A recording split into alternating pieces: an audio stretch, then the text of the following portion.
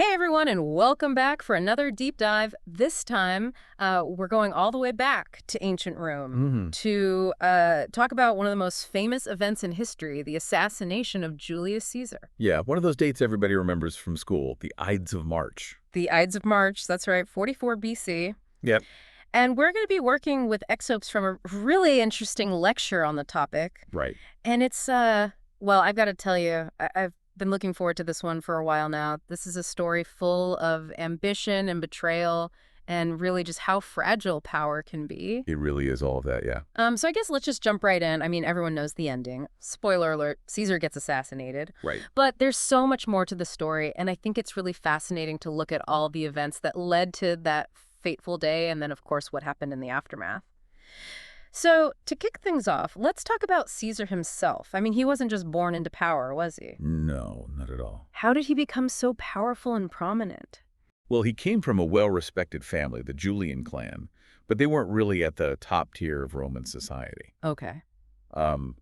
So what's really remarkable is how Caesar strategically navigated both the military and the political landscapes. Yeah. And his campaigns in Gaul, which is roughly modern-day France. Oh, okay. Those were absolutely pivotal. Really? Yeah, he didn't just conquer new territories for Rome, Uh-huh. but he also created a loyal army and a reputation as a brilliant military leader. So he was a skilled general. Oh, absolutely. Okay, so he had this military clout. But what about his political skills? How did he manage in the Roman Senate? Well, he was a master of politics as well. Interesting. He formed the first triumvirate. Triumvirate. Remind me what that is again? Yeah, sure. So that was a political alliance with two other really powerful figures, Pompey and Crassus. Uh-huh. And this alliance gave him the leverage to further his ambitions, and eventually he dominated Roman politics. Wow. So he was ambitious, clearly. Very much. I'm curious about his reforms, like the debt relief and land redistribution. Were those driven by genuine concern for the people, or were they just a way to consolidate his power? That's the question, isn't it? Yeah. And it's something historians still debate. On the one hand, these reforms were popular. They addressed some of the pressing social and economic problems of the time. Sure. And on the other hand, these moves also gained him a lot of popular support, Right. which of course could be seen as a way to bolster his own power base. So it's like he was playing 4D chess, you know? Yeah. Making moves that both benefited the people and helped him politically. Exactly. And that complexity is part of what makes Caesar such a fascinating figure. Definitely. You know, he was a brilliant strategist, a charismatic leader, and just a really shrewd politician. But of course, he also made enemies along the way, Yeah, man. especially among the Roman elite, who saw his power as a threat to their traditional order, Right. the status quo. And all of this eventually led up to him crossing the Rubicon. All right. Yes.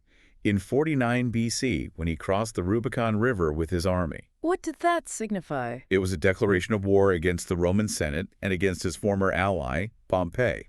Wow. A very bold move. Yeah. It was a gamble, but it paid off. Caesar won and solidified his dominance, and after that, he became dictator. Dictator. I mean, that's pretty powerful. How did the Roman Senate react to that? They were all about their republic, weren't they? The Senate was completely divided. Oh, I bet. Some saw Caesar as necessary, a force for stability in a time of turmoil. Makes sense. Others, though, they were horrified Yeah. by this unprecedented power grab. Right. They were afraid he would destroy the republic and set himself up as a king. Oh, the dreaded K word. That must have been a red flag, right? And considering Rome overthrew its last king centuries earlier. Oh, absolutely. Yeah. Kingship was like the ultimate evil to the ideals of the republic. Yeah. And Caesar's actions and pronouncements, whether he meant them that way or not, Yeah. they fueled those fears. He accepted honors typically reserved for kings. Oh. And there was even one incident where he refused to stand before the Senate. What? Why? It was seen as really disrespectful and arrogant. Oh, I see. So yeah, the seeds of discontent were sown. And from those seeds, a conspiracy starts to grow. Exactly. So these senators thought they were going to be heroes. They really did. And they just completely misjudged the public, didn't they? Oh, they really did.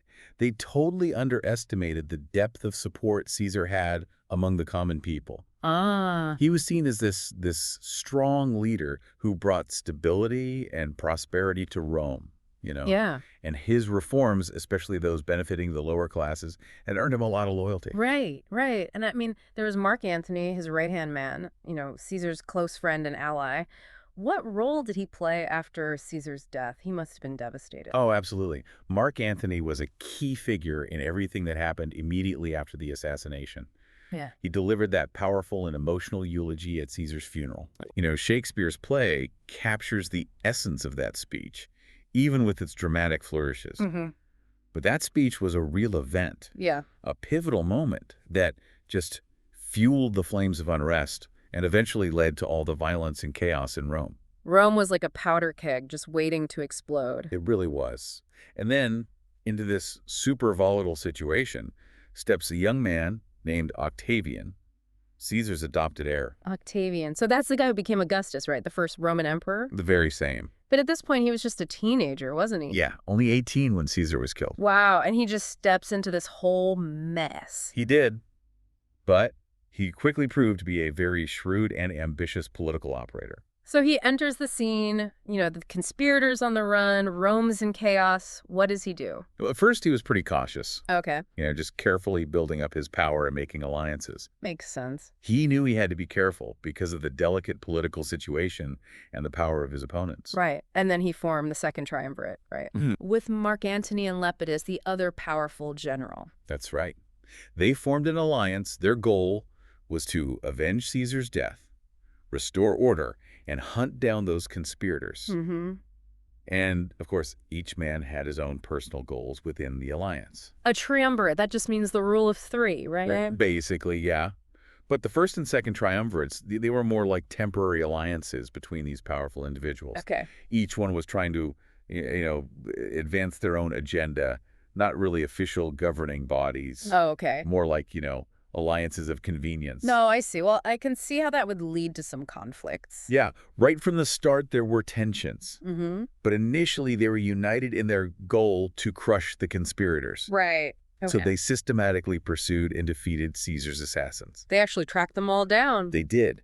Brutus and Cassius, they both committed suicide to avoid capture. Wow, what a tragic end for them. It really is. They thought they were acting for the good of Rome. And I guess they eliminated their immediate enemies, but Mhm. then the members of this second triumvirate ended up fighting each other, right? Of course. I mean, as soon as they didn't have a common enemy, Yeah. they turned on each other, vying for that ultimate power. Right. And Octavian, he ends up coming out on top. Oh, yeah, he was a master strategist. Uh-huh. Completely outmaneuvered both Antony and Lepidus. What happened to the other two? Well, he basically sidelined Lepidus, Oh, wow. relegated him to a ceremonial role, and then came the final showdown with Mark Antony. And this is where Cleopatra enters the picture, isn't it? The whole love affair with the Egyptian queen? Well, their relationship was much more than just a love affair, I think. Okay. It was a strategic alliance. Cleopatra wanted to expand her power and influence, I see. and Octavian very cleverly used this relationship to his advantage, Mm-hmm. making Antony look like a traitor, someone who'd abandoned Rome for a foreign queen. Smart. Public perception, it's everything, isn't it? It really is. Octavian was a master of propaganda. Mm-hmm. He turned public opinion against Antony, making him look like a threat to Roman values and tradition. And it all came down to that battle, the Battle of Actium. Yes, 31 BC, naval battle off the coast of Greece. And Octavian won. Decisively. Antony and Cleopatra's forces were routed, and they both fled back to Egypt, where they ended up committing suicide. Wow. So with Antony gone, that left Octavian as the sole ruler of Rome. Exactly. The second triumvirate dissolved, and he emerged as the only victor.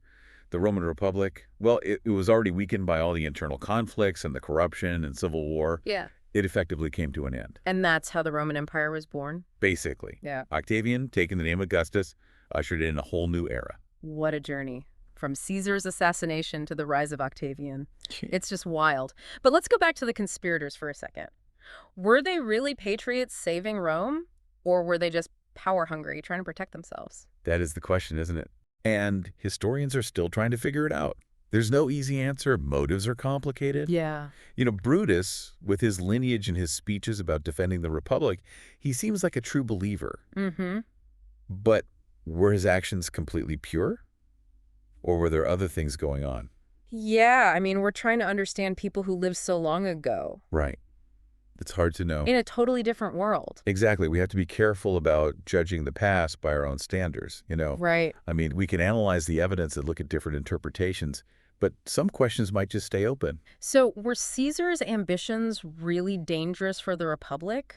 Or did his enemies just blow things out of proportion? Another great question. Caesar's actions, like accepting that title, Dictator Perpetuo, yeah, that really scared people in the Senate. Mm-hmm. But did he really want to be king? Or did people misunderstand? Did his opponents twist everything he did?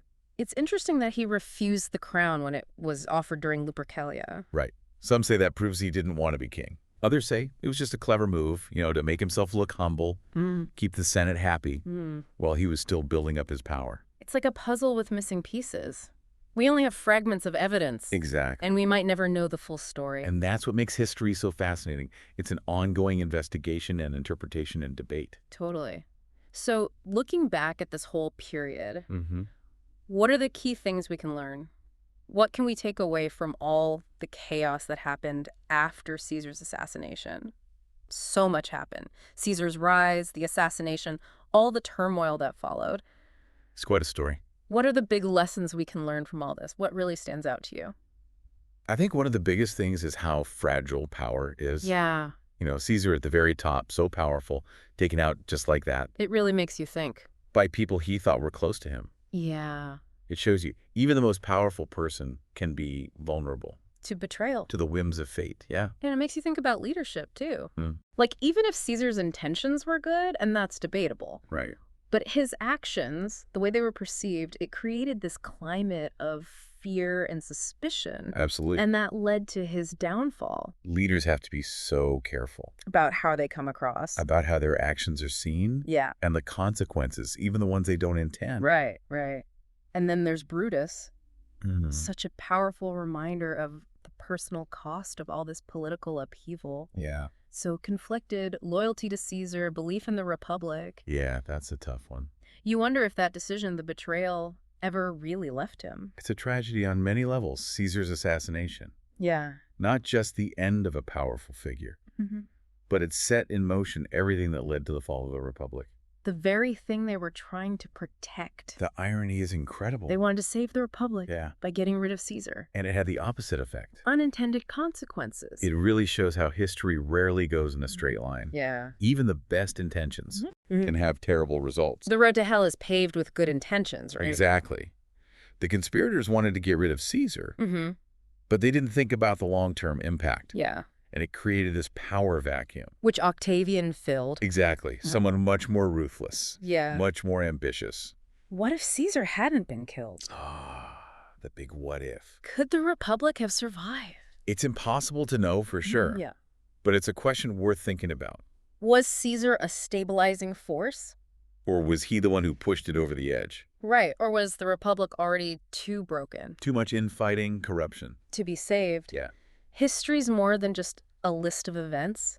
It's people making choices, social forces, just pure chance. It's a messy tapestry. Exactly. And that's what makes it so interesting. Studying history. Yeah. It's not about memorizing dates. No. It's about looking at these complicated situations. This whole deep dive has given me a lot to think about. Me too. The assassination of Julius Caesar, Yeah. just one event, But it changed everything. ripples throughout history. And we're still fascinated by it today. Power, ambition, loyalty, betrayal. The things that drive us, Even today. just as relevant in ancient Rome.